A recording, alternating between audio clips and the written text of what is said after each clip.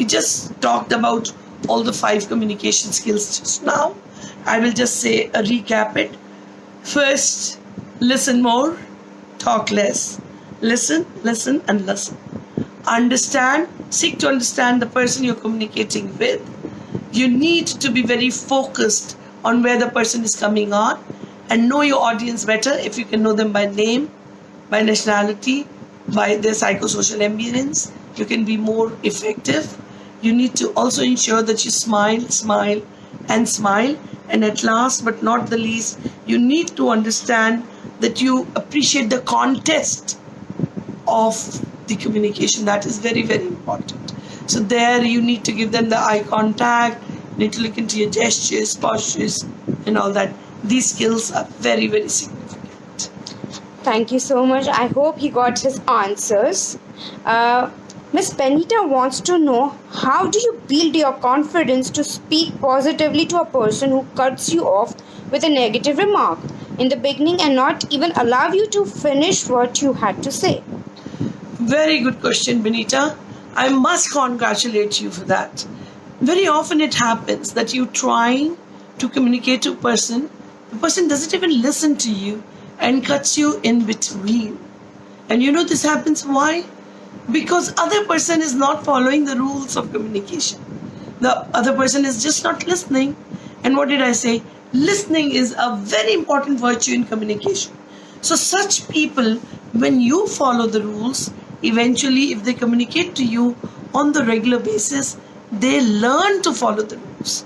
So listening is very important. And when you listen, then you are more cool, more calm, and more under your emotional control. And in that case, it becomes easier for you to bounce back with more powerful words. So don't try and get, emotionally disturbed if somebody is not listening to you, cutting you off, and coming up with negative comments. If you listen, as I said, listen double. So let that person come out. When you become reactive, in that case, you stop listening. You start. Part of communication is, if you want to avoid arguments, listen and be more responsive, not reactive. Thank you, ma'am. I hope Benita will follow this and get a positive results. We have one more suggestion from Mr. Rajan. Art is a style. More than art, sincerity of communication is important. He wants to know, what is your view on this sentence? Certainly, Raj. Sincerity is very important in anything, not only in communication, but even in relationship. Yes, I totally agree to you. Sincerity is very important. If you're not sincere towards what you're trying to communicate, of course the communication would not exist. But what you say is important, but how you say it, more important. So if you are sincere, you choose your content sincerely, but also you understand the how, the art of communication, the gesture, the posture, the body language, everything about it, the eye contact, all that, then it becomes more powerful.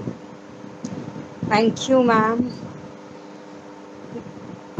We have one more question. Mr. Abid wants to know, how do you describe a good, effective communication?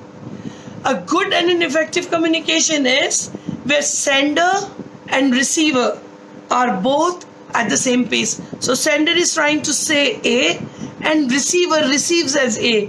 Not sender is sending A, receiver is receiving B. Because there's a cloud in between.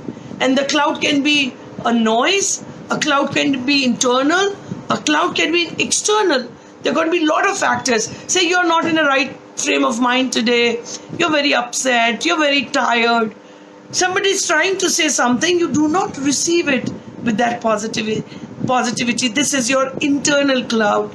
External cloud could be that you're at a place which is very noisy, you're at a evening club where loud music is played and somebody is trying to tell you something, you're not even able to hear, the partially you're trying to listen and that make meaning out of it.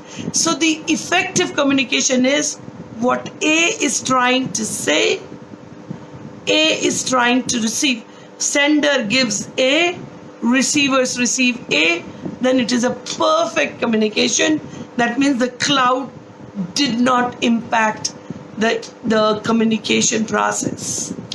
Thank you, ma'am, for your wisdom. I know the live is about to end, but can you please give us few tips for us teachers on how to communicate positively to our students? Well, that's a very, very good question, especially for the teachers, especially in this COVID-19 era when everything is going so negative around. The little ones, your students, have 100 things in their mind, sometimes spoken, sometimes not spoken.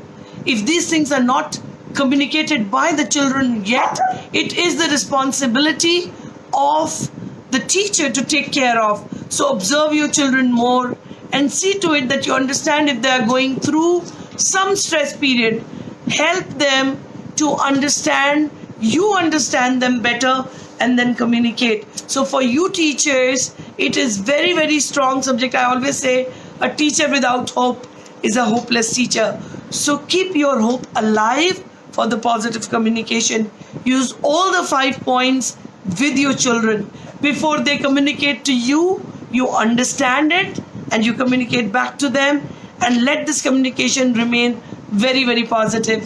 Thank you very much. Thanks a lot. And it was indeed a pleasure to be with you guys this evening. Thank you.